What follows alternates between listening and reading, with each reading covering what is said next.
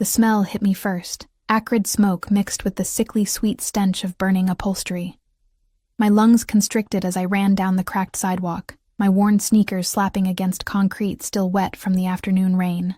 The orange glow ahead painted the evening sky in shades of amber and crimson, casting grotesque shadows across the abandoned warehouse district. I shouldn't have been there. Should have been home with Emma, helping her with homework, heating up the leftover pasta that would stretch through tomorrow. But Mrs. Chen from 4B had called, frantic, saying she'd seen flames near the old textile factory, where I sometimes took shortcuts on my way back from my second shift at the diner. The same route I'd walked just an hour ago. My phone buzzed in my pocket, probably the babysitter wondering where I was. But I couldn't stop. Something primal pulled me forward, some stupid instinct that heroes in movies had, the kind of instinct that got people killed. The heat reached me before I reached the building.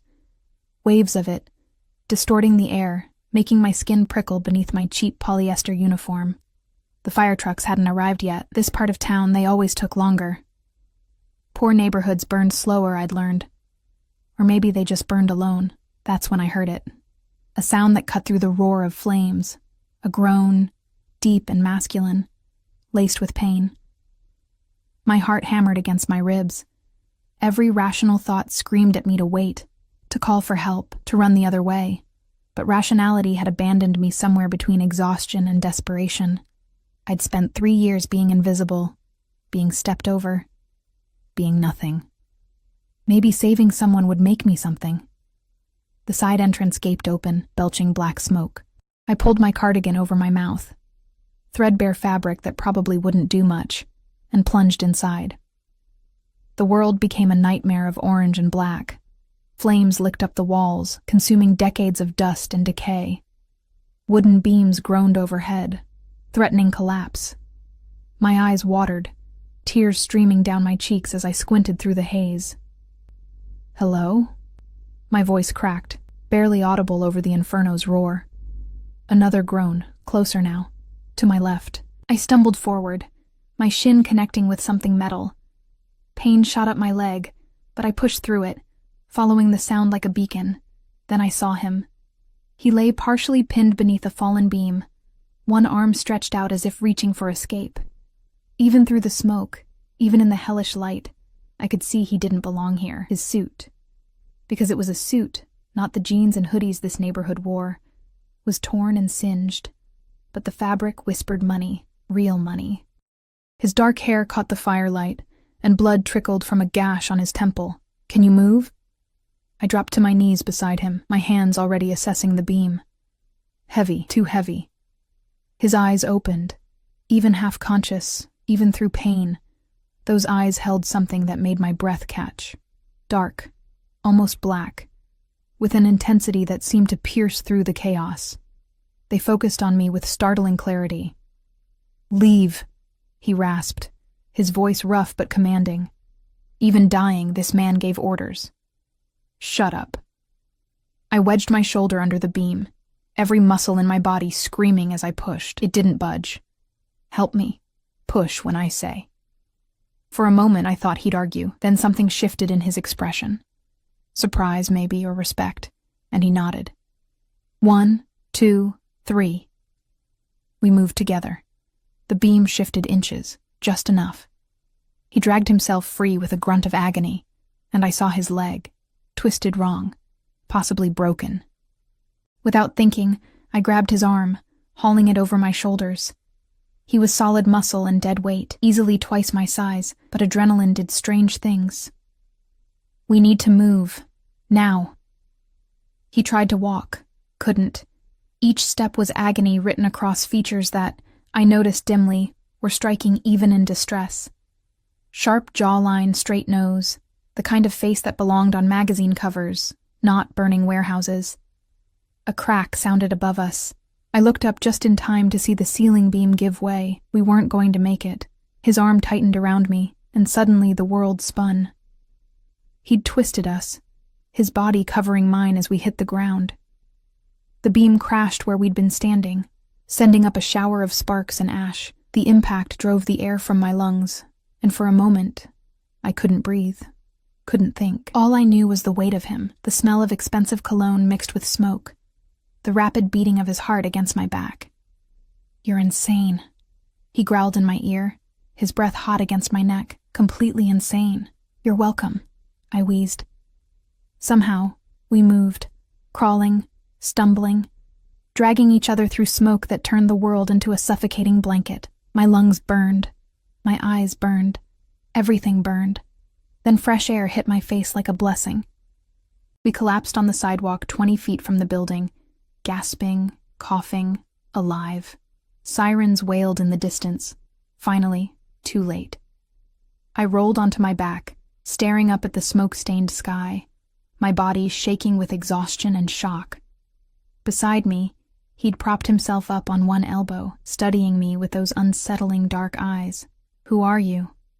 His voice had recovered some of its strength, and there was something in it I couldn't identify. Not gratitude, something sharper. Nobody. The word tasted bitter. Just someone who was stupid enough to... "Your name." It wasn't a request. Despite the pain he must be in, despite nearly dying, this man spoke like someone accustomed to immediate obedience. "Maya." I didn't know why I answered, didn't know why his gaze made my skin prickle with awareness. "Maya Torres."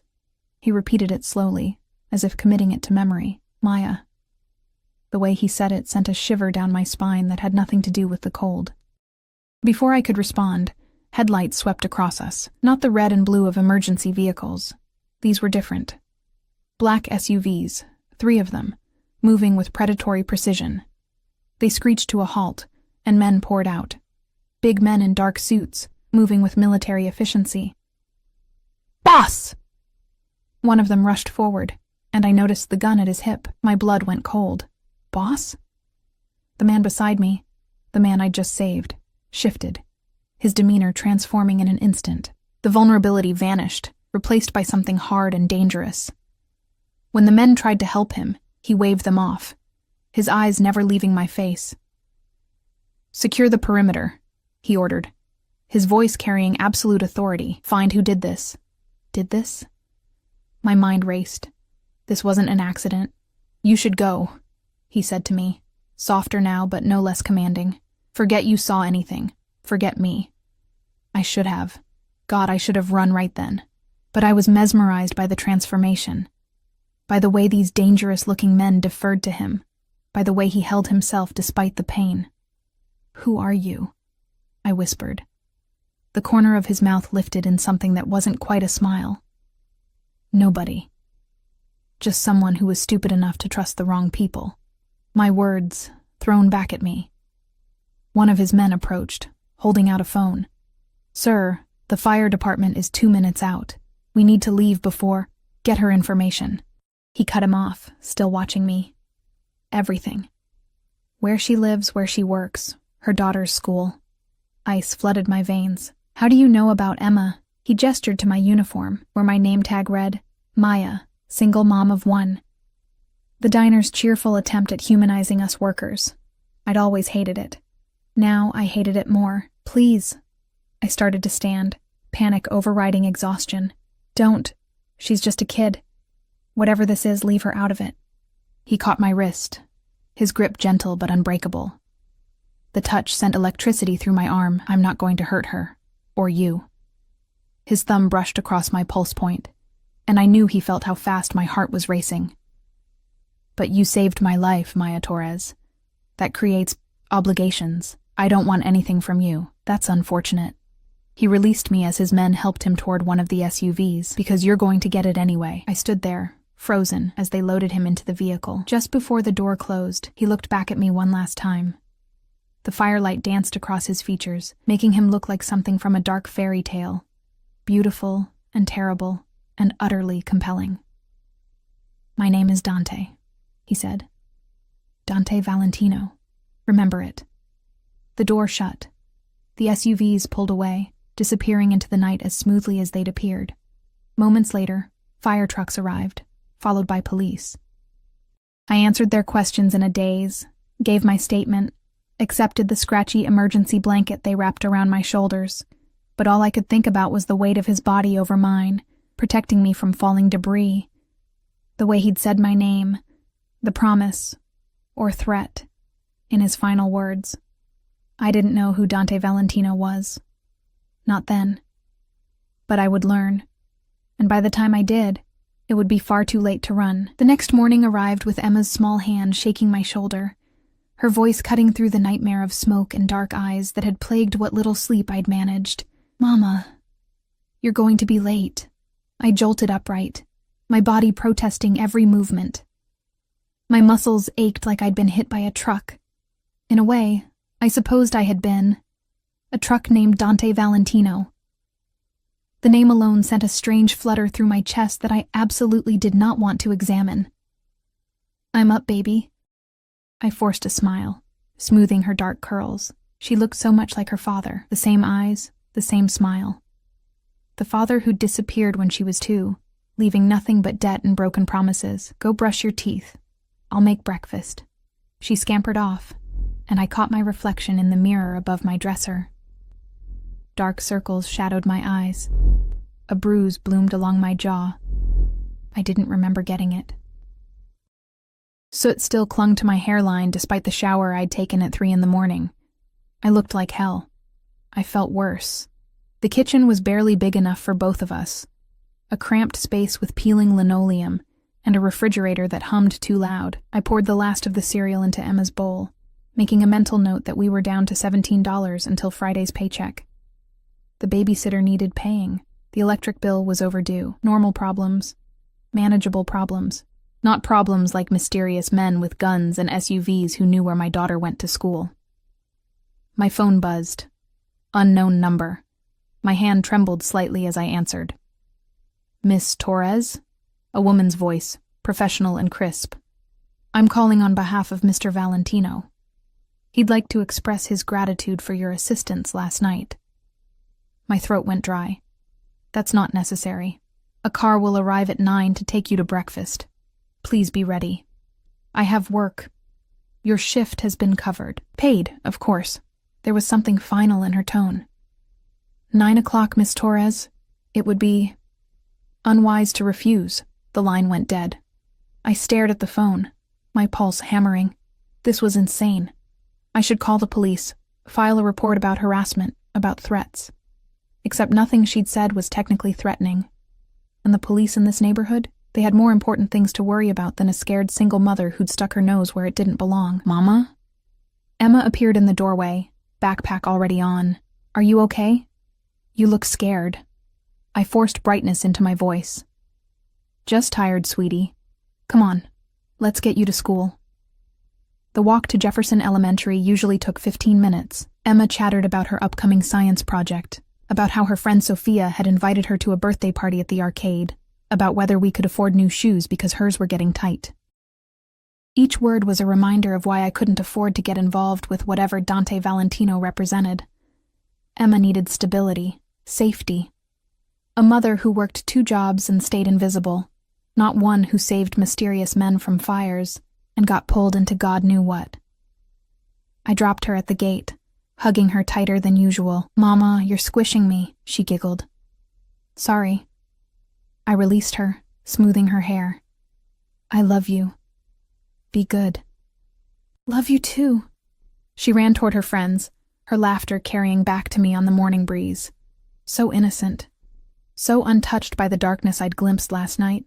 I needed to keep it that way. At 8:55, I stood outside our building in my only decent dress, a navy blue thing I'd bought at Goodwill for job interviews. The street was already alive with activity. Mrs. Rodriguez sweeping her stoop, the bodega owner rolling up his metal shutters, teenagers heading to the bus stop. Normal. Everything was normal. Then the car arrived.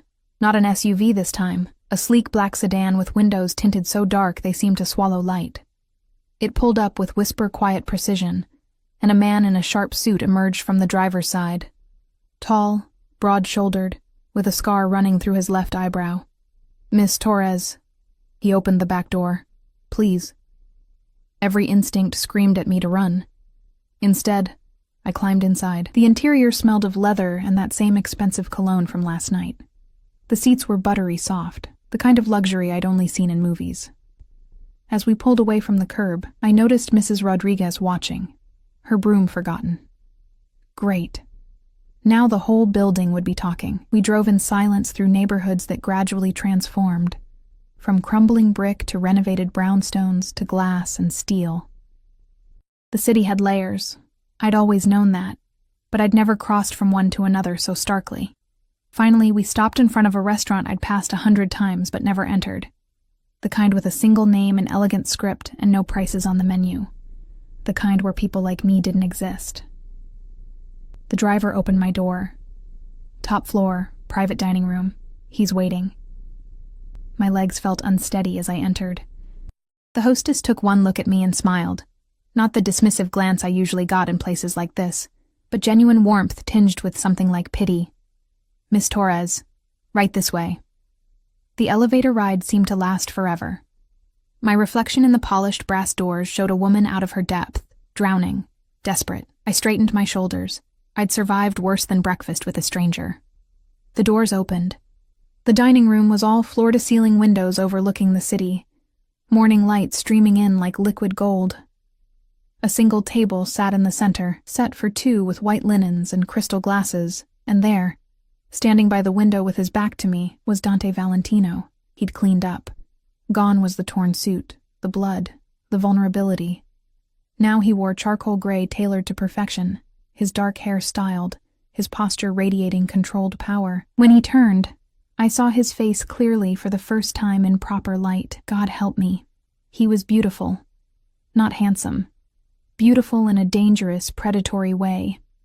Sharp cheekbones, a mouth that promised either pleasure or pain, and those eyes. Those impossibly dark eyes that seemed to catalog every detail of my appearance in a single sweep. His left leg, I noticed, barely showed a limp.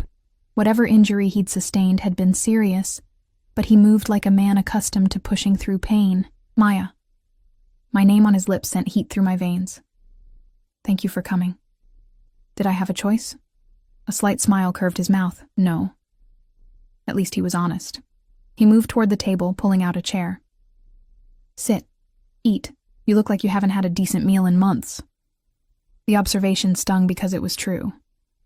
I sat, if only because my legs felt shaky. A waiter appeared immediately. Where had he been hiding?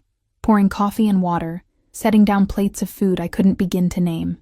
Eggs prepared some fancy way, pastries that smelled like heaven, fruit arranged like art. My stomach growled audibly. Humiliation burned my cheeks. Dante sat across from me, watching as I tried to decide which fork to use. "Eat," he said again, gentler this time. "Please." Pride warred with hunger. Hunger won. I took a bite of something flaky and buttery and nearly moaned. When was the last time I'd tasted food like this? Real food, not instant ramen or day-old diner specials. Better? He sipped his coffee, still watching me with that unnerving intensity. "Why am I here? I told you. You saved my life. That creates obligations. So this is gratitude? A fancy breakfast and intimidation tactics?" Intimidation? He seemed genuinely puzzled. "I sent a car. Covered your shift so you wouldn't lose wages. Made sure you were fed." "Which part of that is intimidating? The part where your assistant implied refusing was unwise. The part where you had your people find out about my daughter. The part where you're—" I gestured vaguely at him, at the room, at everything, whatever you are. "Ah." He set down his cup with deliberate care. "You've been asking questions, Googling my name." I had. At 4 a.m., unable to sleep, I'd finally typed Dante Valentino into my phone's browser. The results had made my blood run cold. Alleged organized crime connections. The Valentino family. Investigations that went nowhere because witnesses disappeared. A business empire that stretched across the eastern seaboard, built on legitimate holdings that everyone suspected fronted for something darker. The man sitting across from me was the head of one of the most powerful crime families in the country, and I'd saved his life. "I want no part of your world," I said quietly. "Whatever obligations you think exist, consider them paid. I won't tell anyone what I saw. I just want to be left alone. No." The single word hung in the air like a pronouncement. "Excuse me?" He leaned forward, his elbows on the table, his gaze locking with mine. "Someone tried to kill me last night, Maya. They burned that building knowing I'd be inside. When I find out who, and I will, There will be consequences. Blood consequences. Fear coiled in my stomach. What does that have to do with me? You were there. You saw me vulnerable. You're a witness, which makes you a liability. He paused, letting that sink in. Or an asset. I haven't decided which yet. I didn't see anything. I don't know anything. You saved my life. He said it like that explained everything. In my world, that means something. It means you're under my protection now, whether you want it or not. I don't want it. Too bad. He sat back, his expression hardening. Do you know what happens to people who cross paths with men like me, Maya? They disappear. Or they end up as collateral damage when my enemies decide to send a message. You think you're invisible in that neighborhood? You're not. I found you in hours. Others will too. The pastry turned to ash in my mouth. Are you threatening me? I'm protecting you. His voice dropped, became almost tender. You and Emma both. I've already stationed men near her school. Discreet, you won't see them, but they're there. Your apartment building has security now. Anyone who tries to get to you will have to go through my people first. Horror and confusion warred within me. You can't just... I didn't ask for this. You didn't ask to be born into poverty either, I'm guessing. But here we are. He signaled the waiter, who brought more coffee. I'm offering you a way out, Maya. A better life, safety, security. Everything you've been killing yourself to provide. In exchange for what? Your trust. He said it simply, as if it were easy. Stay close. Let me keep you safe. And in return, I'll make sure Emma gets into the best schools. That you never have to work 2 jobs again. That you're never invisible again. It was tempting. God, it was tempting in a way that terrified me. And if I refuse? His expression darkened. Then you go back to your life. But Maya? He leaned in close. So close I could see flecks of gold in his dark eyes. My enemies won't care that you want no part of this. They'll use you to get to me anyway. At least if you accept my protection, you have a chance. My hands trembled around my coffee cup. This is insane. Yes, he agreed, but it's also reality. Your reality now. The moment you pulled me from those flames, everything changed. He was right. I hated that he was right, but I had Emma to think about. And if men like Dante Valentino had enemies, if those enemies would come for me anyway, what exactly does your protection entail? His smile was slow, dangerous, and entirely too satisfied. That, piccola fiamma, we'll figure out together. Little flame. Even I knew enough Italian for that. And despite everything, the fear, the danger, the absolute insanity of the situation, warmth bloomed in my chest at the endearment. I was in so much trouble. 3 days later, I understood what Dante's protection actually meant. It meant surveillance disguised as safety. It meant my freedom slipping away one careful, calculated step at a time. The apartment had been upgraded. New locks appeared overnight, the kind with keypads and cameras. The building's landlord, who'd ignored my complaints about the broken heating for 2 years, suddenly became attentive, fixing everything within 48 hours. Even Mrs. Rodriguez stopped gossiping, her eyes sliding away whenever I passed. Someone had gotten to everyone. At the diner, my manager pulled me aside on my first shift back. Torres, you've been reassigned. He wouldn't meet my eyes. Corporate wants you doing inventory. Back office work. Same pay, better hours. Translation. Dante wanted me away from the public. Away from the windows. Away from anyone who might use me as a target. I should have been grateful. The inventory room was climate-controlled, the work easier, but it felt like a cage with comfortable bars. Emma noticed the changes too. Mama, why does that man keep following us? She'd pointed to a SUV parked across from her school, the same one that appeared whenever we left the apartment. He's just security for the neighborhood, baby. The lie tasted bitter. Oh. She'd accepted it with a child's easy trust. That's good. You always say this neighborhood isn't safe. Guilt twisted in my gut. I was teaching my daughter to accept surveillance as normal, to see prison as protection, but what choice did I have? On the 4th night, my phone buzzed at 11 p.m. I'd just gotten Emma to bed after another evening of her asking why we couldn't afford the class trip to the Science Museum. $17 in my account. Dante's promised better life hadn't materialized beyond the suffocating security. Unknown number. But I knew who it was before I answered. Hello? Come downstairs. Dante's voice, smooth as smoke. We're going for a drive. It's 11 at night. Emma's asleep. Your neighbor, Mrs. Martinez from 3A, is already at your door. She'll watch her. She's been paid well for the inconvenience. Of course she had. Another person on his payroll. I'm not going anywhere with you. Yes, you are. No anger, just certainty.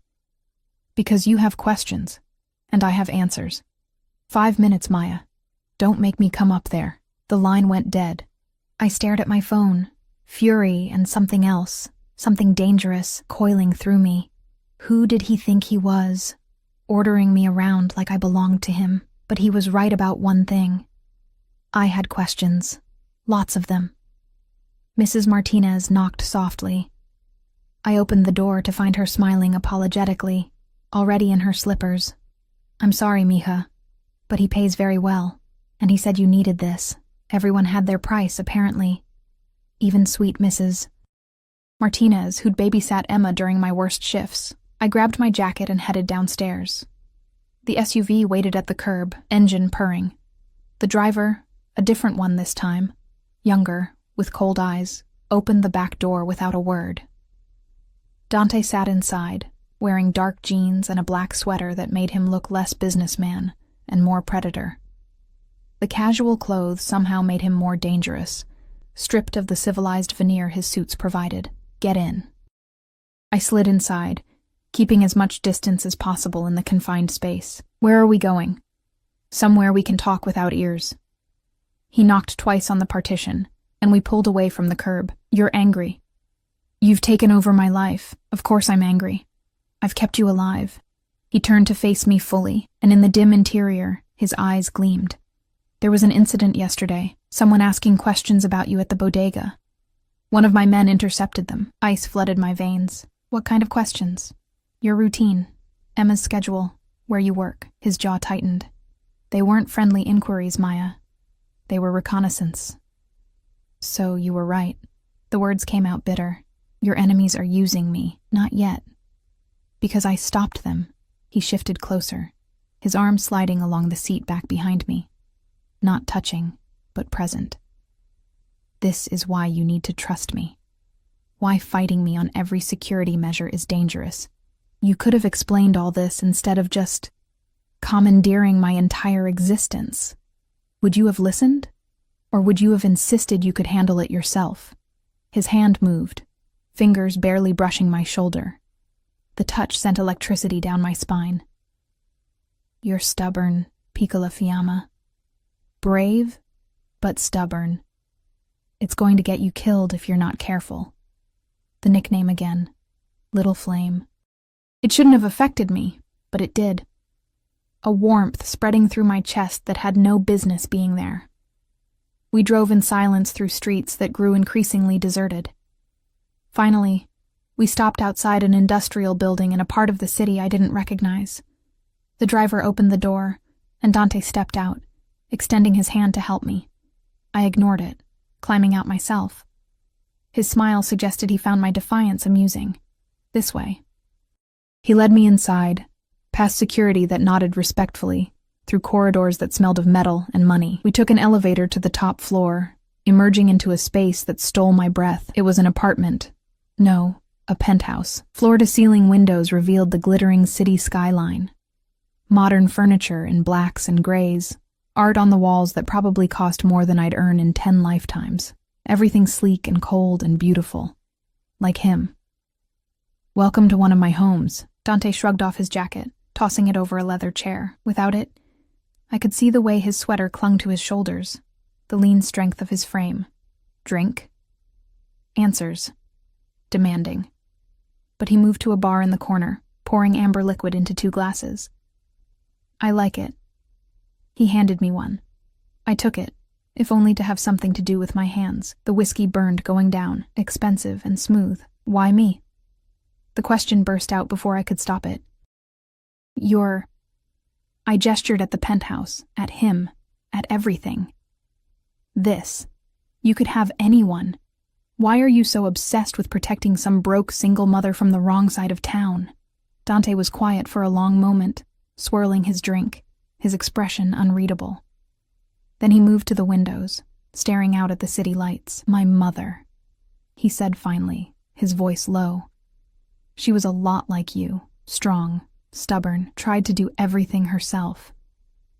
My father, my biological father, was a piece of shit who left when I was 3. She worked herself to death trying to give me a better life. I hadn't expected vulnerability. It disarmed me more than any threat could have. Marco Valentino found us when I was 8.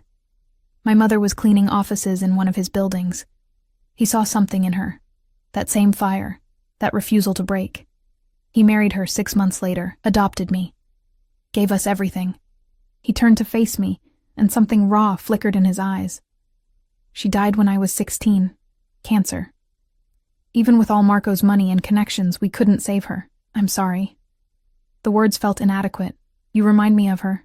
He moved closer, each step deliberate. When I saw you in that fire, throwing yourself into danger to save a stranger, I saw her.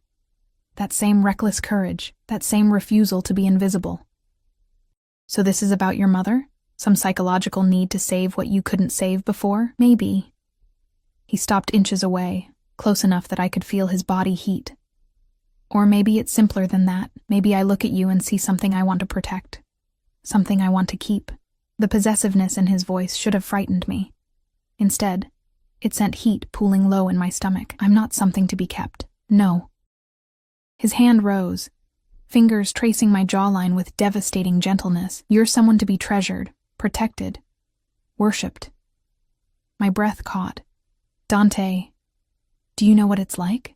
His thumb brushed across my lower lip, and my knees nearly buckled. To spend your whole life surrounded by people who want something from you? Money, power, connections. Everyone has an angle. Everyone's playing games. And then you pull me from that fire, risking everything, asking for nothing. I'm not special. You're wrong. His other hand came up, cradling my face. You're extraordinary, and I'm going to spend every day proving it to you. I should have pulled away. Should have reminded him I didn't want this, didn't ask for any of it. But his touch was intoxicating. His words weaving a spell I didn't know how to break. What do you want from me? I whispered. Everything. His forehead touched mine, and my heart hammered so loud I was certain he could hear it. Your trust. Your time. Eventually, more, but I'm patient, Maya. I can wait. This is insane. Yes. His lips curved against my skin. But you're not running. Why is that? Because despite everything, the danger, the surveillance, the absolute wrongness of the situation, part of me craved what he offered. Security, protection, the feeling of being seen, truly seen, by someone who looked at me like I mattered, like I was worth something. I have conditions, I heard myself say. He pulled back just enough to meet my eyes, triumph flickering in his gaze. Name them. Emma comes first, always. No matter what happens between us, she stays safe and out of this life. She doesn't know who you really are or what you do. Agreed. I keep working. I won't be some kept woman sitting around waiting for you. The inventory job works for now. When things are safer, we'll discuss other options. His fingers traced patterns on my neck. Next? You don't make decisions about my life without consulting me. No more surprise security upgrades or paid-off neighbors. We talk first. I'll try. At my sharp look, he amended, I'll do my best. But if there's immediate danger, I won't wait for permission to keep you safe. It wasn't perfect, but it was something. More than I'd expected from a man who clearly wasn't used to compromise. And one more thing. I gathered my courage. You tell me the truth. About who tried to kill you. About what I'm really in the middle of. His expression hardened. Maya. Truth, Dante. Or this doesn't work. I can't protect myself or Emma if I don't know what we're facing. For a moment, I thought he'd refuse. Then he nodded slowly, respect warming those dark eyes. All right. But not tonight. Tonight, you're exhausted and this conversation will take hours. He stepped back, creating space I immediately missed. My driver will take you home. Tomorrow night, I'll tell you everything. I promise. How do I know you'll keep that promise? His smile was sharp, predatory. Because I don't break promises to people I care about. And whether you believe it or not, Piccola Fiamma, I care about you. The ride home passed in a blur. My mind spun with everything that had happened, everything he'd said. When we pulled up to my building, Dante's hand caught mine. Thank you. His lips brushed my knuckles, a gesture so old-fashioned and intimate it stole my breath. For listening. For trying. I'm not promising anything. You're here. That's enough for now. He released me, but his eyes held mine. Sleep well, Maya. Dream of better things. I climbed the stairs to my apartment, my hand still tingling from his kiss. Mrs. Martinez reported Emma hadn't stirred, accepted her payment with a knowing smile, and left.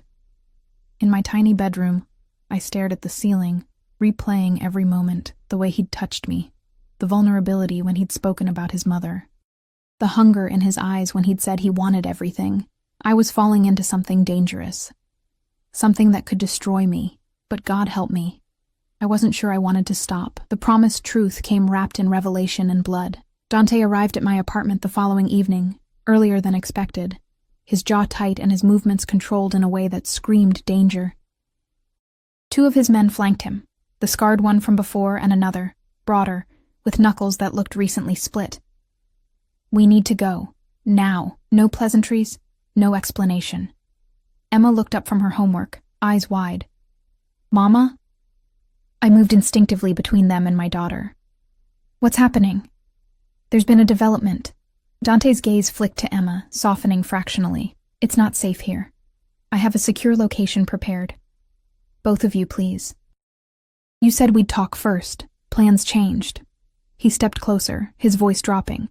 Maya, I swear to you, I will explain everything. But right now, I need you to trust me. 5 minutes to pack essentials. That's all the time we have. The fear in his eyes, real, unguarded fear, made my decision. Emma, baby, grab your backpack. We're going on an adventure.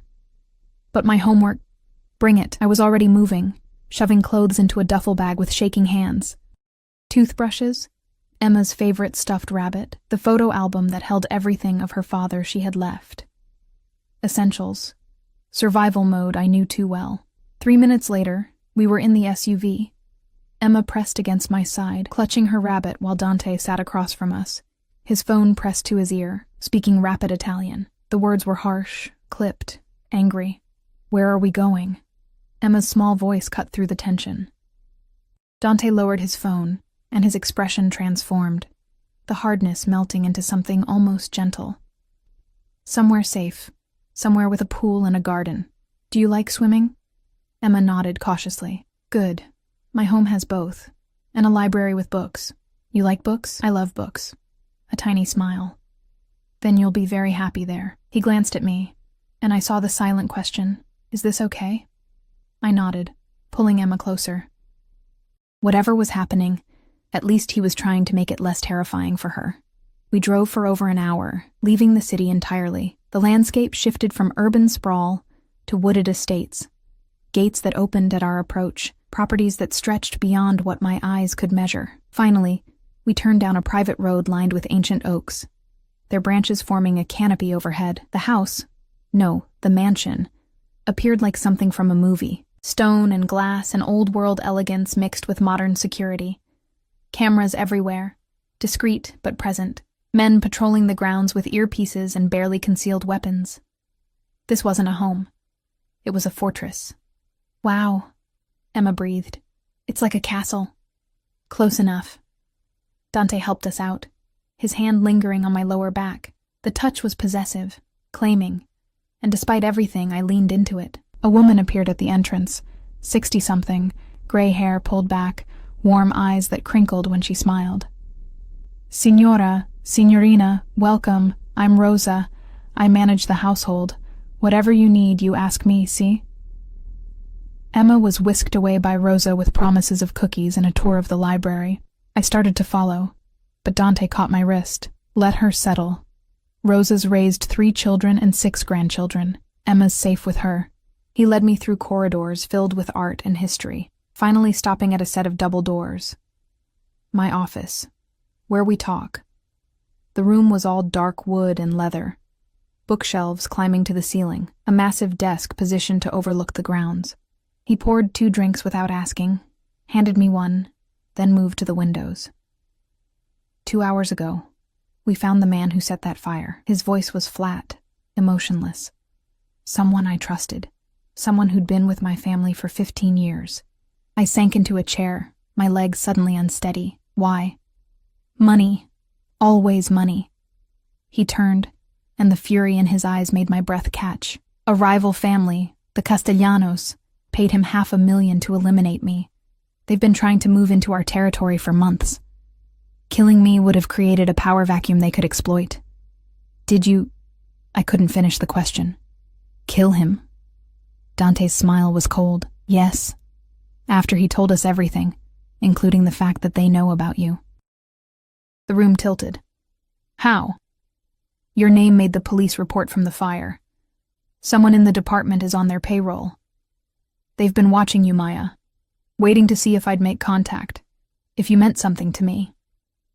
He crossed to me, kneeling so we were eye level, and now they know you do, which makes you a target. So, bringing us here was necessary. This estate is secure. 30 acres, walls on all sides, armed guards I trust with my life.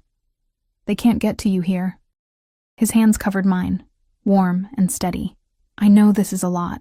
I know you're scared, but I promise you, nothing will happen to Emma, or to you. Not while I'm breathing. The certainty in his voice should have been comforting. Instead, it highlighted just how dangerous his world truly was. How long do we stay here? Until I've dealt with the Castellanos. His thumb traced circles on my palm. Days. Maybe weeks. I'm moving against them now, cutting off their operations, making it clear that threatening what's mine has consequences. I'm not yours. Aren't you? He rose, pulling me up with him, his body suddenly too close, too warm. Tell me you don't feel this pull between us. Tell me you haven't been thinking about last night, about my hands on you, about what it would be like if I... Stop. My voice came out breathless. Why? His hand slid into my hair, tilting my head back. Because you're scared of wanting me? Or scared of how much you already do? Both. The admission escaped before I could stop it. His smile was triumphant and tender all at once. At least you're honest. His lips brushed my forehead, achingly gentle. I can work with honest. A knock interrupted us. The scarred man, Luca, I'd learned his name, entered without waiting for permission. Boss, the Castellano shipment. We've located it. Dante's entire demeanor shifted, the tender man vanishing behind cold calculation. Intercept it. I want everything confiscated, and their men delivered a message. Nothing permanent, but memorable. And the woman. Isabella Castellano has been calling, demanding a meeting. Something dark flickered across Dante's face. Tell her I'll consider it, after she returns what she stole. Luca nodded and left. I stared at Dante, questions burning. Isabella Castellano is their second in command. Also my ex-fiancé. The world stopped. You're what? Arranged engagement. 5 years ago, before I took full control of the family. It was supposed to unite our organizations, and decades of feuding. He poured himself another drink, his movements tight. She called it off 3 weeks before the wedding. Said she couldn't marry someone she didn't love. I was relieved. But now I wonder if it was always planned. If she was gathering information, learning our weaknesses, so the Castellanos could strike when it would hurt most. His knuckles whitened around the glass. She sent flowers to my mother's grave last week. A message. She knows where I'm vulnerable, understanding dawned. That's why you're so protective. She'll use me the way you would have used her if the engagement had stood. Exactly. He set down the glass with deliberate care. Isabella is brilliant and ruthless. If she sees you as important to me, she'll exploit it, which is why you stay here, where she can't reach you. And if I refuse, He moved with predator speed, caging me against the desk, his arms on either side of me. "Then I'll tie you to the bed until you see reason." My pulse jumped. "You wouldn't dare." "Wouldn't I?" His lips hovered over mine, close enough to feel his breath. "I've killed for you, Maya. Restructured my entire security apparatus around keeping you safe. Do you really think I'd hesitate to restrain you if it meant saving your life?" The possessiveness should have terrified me. Instead, heat pooled low in my stomach, my body responding in ways my mind refused to acknowledge. "You're insane." "About you?" "Absolutely." His hand cupped my face, thumb brushing my cheekbone. I've never felt this before. This need to protect, to possess, to claim. "You've unraveled something in me, Piccola Fiamma. Something I didn't know existed. Dante."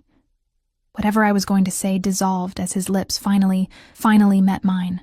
The kiss was nothing like I'd imagined. Not gentle or tentative, but consuming. Hungry, his mouth moved over mine with devastating skill, coaxing and demanding all at once. I gasped, and he took advantage, deepening the kiss until I forgot how to breathe. Forgot everything except the taste of him. The heat of his body pressed against mine. My hands found his shoulders, holding on as my knees weakened. His arm wrapped around my waist, lifting me onto the desk, stepping between my thighs. The new angle made me acutely aware of every hard plane of his body, the barely restrained strength in his frame. Maya. My name was a prayer and a curse against my lips. Tell me to stop. Tell me this is too fast, too much. I can't. The admission tore from somewhere deep. God help me. I can't. His forehead pressed to mine, both of us breathing hard. This changes everything. I know. There's no going back after this. You understand that? You'll be mine, officially. In my world, in my bed, under my protection until one of us dies. The words should have been a warning. Instead, they felt like a promise. I'm terrified. Good. His lips found my neck, teeth grazing sensitive skin. Fear will keep you careful, keep you alive. I need you alive, Maya. Need you whole and here in mine. A throat cleared. We sprang apart to find Rosa standing in the doorway, her expression carefully neutral. Pardon, but the little one is asking for her mama, and dinner is ready. Reality crashed back. Emma. I had a daughter who needed me, who was depending on me to keep her safe and sane in this madness. I slid off the desk, my legs unsteady, smoothing my rumpled clothes. Dante's hand caught mine as I passed. This conversation isn't over, I know. I squeezed his fingers. But Emma comes first, always. The softness in his eyes stole my breath. I meant what I said. She's under my protection too, both of you are. Dinner was surreal. Emma chattered about the library and the pool, and how Rosa had promised to teach her to make pasta. Dante sat at the head of the table, watching us with possessive intensity, occasionally interjecting with questions about Emma's favorite subjects or books. He was good with her. Patient. Kind. Nothing like the dangerous man who'd promised to tie me to a bed, or who'd killed someone just hours ago, after Emma was tucked into a bedroom 3 times the size of our apartment. I found Dante on the terrace overlooking the grounds. She likes you, I said quietly, joining him at the railing. Good. I like her too. He pulled me against his side and I let him, too exhausted to resist. She's smart, brave like her mother. She's everything good about me, the only thing I've ever done right. You're wrong. He turned me to face him, his expression fierce. You've survived. Against odds that would have broken most people. You've raised a beautiful child alone. You ran into a burning building to save a stranger. Don't diminish yourself, Maya, not to me. Tears stung my eyes. When was the last time someone had seen me? Really seen me? I'm scared, I whispered. Of this, of you, of what I'm feeling. Good. He kissed me softly, sweetly. Fear means you're still thinking clearly. But know this, I'm scared too, terrified that something will happen to you, that I'll fail to keep you safe, that you'll wake up one day and realize I'm not worth the danger. Dante. But I'm selfish enough not to let you go anyway. His arms tightened around me. You're mine now, Maya. and I protect what's mine with everything I have. I should have protested, should have insisted I belonged to no one. But wrapped in his arms, looking out over the fortress he built, I couldn't find the words. Because maybe, just maybe, I wanted to be his. 2 weeks in Dante's fortress changed everything. Emma flourished. She had space to run, books to read, Rosa's constant affection, and a pool she used every day. Her laughter echoed through halls that had probably never heard a child's joy. She stopped asking when we'd go home. I stopped asking too. Dante was everywhere, present in ways I hadn't expected. He joined us for breakfast, before disappearing into meetings I wasn't privy to.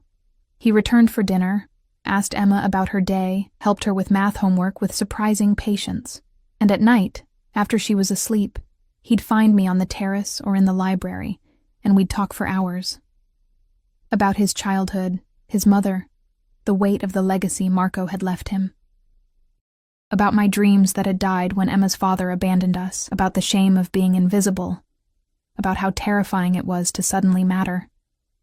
He kissed me often, slow, deep kisses that promised more but never pushed. "When you're ready," he'd murmur against my lips. "I can wait." But patience was wearing thin on both sides. On the 15th night, everything culminated. I'd just put Emma to bed when Luca appeared, his expression grim. "Boss needs you. The office. Now." My stomach dropped. That tone meant trouble. Dante stood behind his desk, phone pressed to his ear, his face carved from stone. When he saw me, he ended the call abruptly. "Isabella requested a meeting, tonight. Neutral territory." His voice was controlled fury. "She claims she wants to negotiate peace. End the conflict." "That's good, isn't it?" "It's a trap."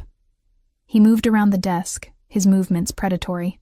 "But it's also an opportunity. If I can get her to admit her involvement on record, I can end this without more bloodshed. So go. Do what you need to do. I am." But there's a complication. He pulled out his phone, showing me a text message. My blood turned to ice. "Bring the woman, or there's no deal. I want to see what's worth betraying our alliance for." "No." The word came out sharp. "Absolutely not. I'm not walking into danger just so your ex can satisfy her curiosity." "I know."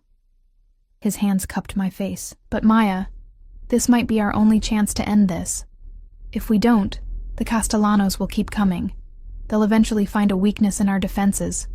And Emma..." He didn't need to finish. Emma was the weakness. My beautiful, innocent daughter who'd already adapted too well to this life. "You want me to go with you. I want you safe. But if bringing you means ending this war..." His jaw clenched. "You'll be surrounded by my best men. Luca, Marco, Antonio. They'll form a wall around you. And I'll be there. Nothing will touch you, Maya. I swear it on my life." I thought of Emma, sleeping peacefully upstairs, of the life we'd been building here, precarious and strange, but undeniably better than before. Of what would happen if this didn't end. Always looking over our shoulders, always waiting for violence to find us. "Okay." My voice was steadier than I felt. "But Emma stays here with Rosa, and if anything feels wrong, I'm gone." Relief and concern warred on his face. "Agreed." An hour later, I sat in the back of the SUV, wearing a dress Dante had provided. Deep red, elegant, armor disguised as silk. He sat beside me, his hand possessively on my thigh, his presence both comforting and terrifying. "Remember," he said quietly as we approached the meeting location, a high-end restaurant closed for a private event. "Stay close.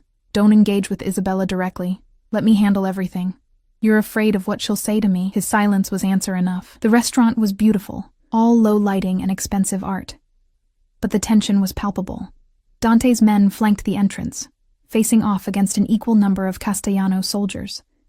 2 families, armed and wary, in a standoff disguised as diplomacy. Isabella Castellano waited at a center table, and I hated how beautiful she was. Sleek black hair, olive skin, dark eyes that assessed me with surgical precision. She wore white, a deliberate contrast to my red, and smiled as we approached. Dante. Her voice was honey and poison. You look well. Almost happy. How unusual. Isabella. He pulled out my chair, a possessive hand on my shoulder. Let's skip the pleasantries. You wanted this meeting. Talk. She sipped her wine, gaze never leaving me. So this is her, the nobody who's turned your world upside down. Not an insult, just observation. I expected someone more. Careful. Dante's voice dropped dangerously. Or what? You'll kill me like you killed poor Antonio? She leaned back, perfectly composed. He had a family, Dante, 3 children, but I suppose collateral damage doesn't matter when you're in love. He tried to burn me alive. His family will be compensated, but he earned his death. Fair enough. Isabella's attention shifted fully to me. Tell me, Maya. May I call you Maya? What's it like? Knowing men die because of you? That this war, these bodies, are because Dante Valentino decided you were worth breaking our truce for? The words hit like physical blows. Because she was right. People had died, would die, because I'd pulled a man from a fire. Isabella, enough. Dante's hand tightened on my shoulder. No, it's fine. I met her gaze steadily, refusing to flinch. You're right. People have died, and I hate it. But I didn't start this war. You did. When you tried to kill him. When you used your history together to get close enough to strike, something flickered in her eyes. Surprise, maybe, respect. Smart and brave. I see the appeal. She set down her wine. Here's my offer. The Castellanos withdraw. We return to our territories, respect existing boundaries. In exchange, Dante compensates us for lost shipments, and you disappear. Excuse me? Leave him. Take your daughter and go. I'll provide money, a new identity, a life somewhere Dante can never find you. She leaned forward. Because as long as you're with him, this war continues. My family won't accept weakness. And you, Maya Torres, are his greatest weakness. The truth in her words was undeniable. I could feel Dante's rage radiating beside me, barely controlled. She's not going anywhere. His voice could have cut glass. Then people keep dying. Isabella stood, smoothing her dress. It's simple mathematics, Dante. One woman, or dozens of soldiers. Your mother would have known which choice to make. That crossed a line. Dante moved so fast I barely saw it, his hand slamming onto the table, wine glasses shattering. You don't speak about my mother, ever. Truth hurts. Isabella smiled sadly. She loved Marco, but she understood duty, sacrifice. You've forgotten those lessons, blinded by a pretty face and hero worship. The only thing I've forgotten is why I ever considered marrying you. He pulled me to my feet, tucking me behind him. Here's my counteroffer. You and your family leave the city entirely. I'll allow you to keep your international operations, but everything east of the river belongs to me now. Reparations for your attempted assassination. You can't be serious. Do I look like I'm joking? His smile was all teeth. You tried to kill me, threatened my family, insulted the woman I love. Be grateful I'm offering you anything at all. The woman I love. The words hung in the air, impossible and true. Isabella's composure finally cracked. You'd go to war over her? Risk everything Marco built? In a heartbeat. No hesitation. This is your last chance, Isabella. Take the deal and walk away, or I dismantle everything you have piece by piece until there's nothing left. The silence stretched, taut as a wire. Finally, Isabella nodded sharply. Fine. But know this, Dante. Love makes you weak, and weakness gets you killed in our world. Her gaze found mine. Enjoy him while you can, Maya. Men like us don't get happy endings. She swept out, her men following. Dante held position until they were gone, then turned to me, searching my face. Are you all right? She's right, isn't she? My voice trembled. About me being your weakness, about this making you vulnerable. Yes. No lies, just honesty.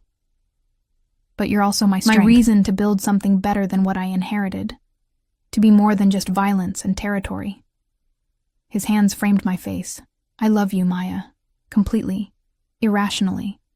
And I don't care what it costs. Tears spilled over. I love you too. God help me, I do. But I'm terrified. Then we'll be terrified together. He kissed me, deep and claiming, in the middle of that empty restaurant with his men discreetly looking away. You're mine, Maya Torres. Mine to protect. Mine to love. Mine to keep. Say it. I'm yours. The words felt like freedom in chains all at once. But Dante, Emma, we'll grow up safe and loved. I'll adopt her if you'll let me. Give her my name, my protection, everything I have.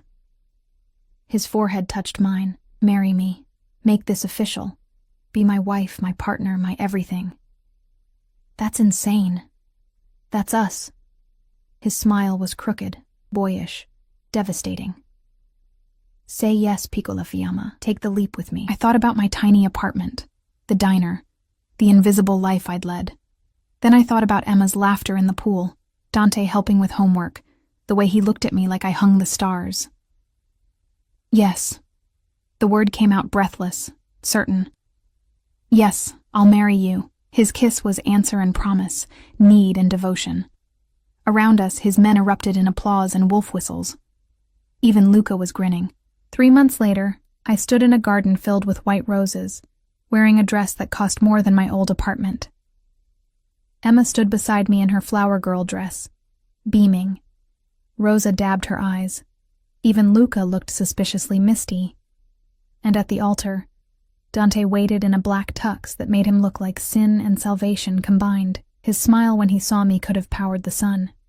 You're beautiful, he whispered as I joined him. So damn beautiful.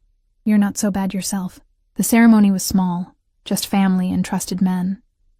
No spectacle, no photographers. Just vows spoken with absolute certainty. Rings exchanged with trembling hands. A kiss that promised forever. I love you, Mrs. Valentino, Dante murmured against my lips. I love you too. And I meant it with every fiber of my being. Emma tackled us both, laughing. Does this mean Dante's my dad now? If you want me to be. He scooped her up, and my heart swelled at the sight. What do you say, piccola principessa? Want to be stuck with me? Yes. She threw her arms around his neck. Best dad ever. Later, after the reception, after Emma was asleep, Dante led me to our bedroom, truly ours now. He kissed me slowly, reverently, like I was something precious. Are you happy? He asked, vulnerability showing through the cracks. Terrifyingly happy. I pulled him closer. You know this is crazy, right? I went from invisible to married to a mob boss in 3 months. Best 3 months of my life. His lips found my neck. And I promise you, Maya, every day after this will be even better. You'll never be invisible again. Never doubt your worth. Never wonder if you're loved. Promise? On my life. He scooped me up, carrying me to the bed. Now let me show you exactly how much I love you. And he did. All night, he worshipped me with hands and lips and whispered words until I forgot I'd ever been anything but cherished. Until I believed that maybe, just maybe, we could make this work. Years later, watching Emma graduate college with honors, her tuition paid in full, her future bright, I'd remember that first night, the fire, the fear, the moment everything changed. Dante would slip his hand into mine, silver now threading his dark hair, and smile. Best decision I ever made, he'd say. Trusting you to save me. I think it was the other way around, I'd reply. But the truth was simpler. We'd saved each other. And in a world of darkness and danger, we'd found something neither of us had believed possible. We'd found home.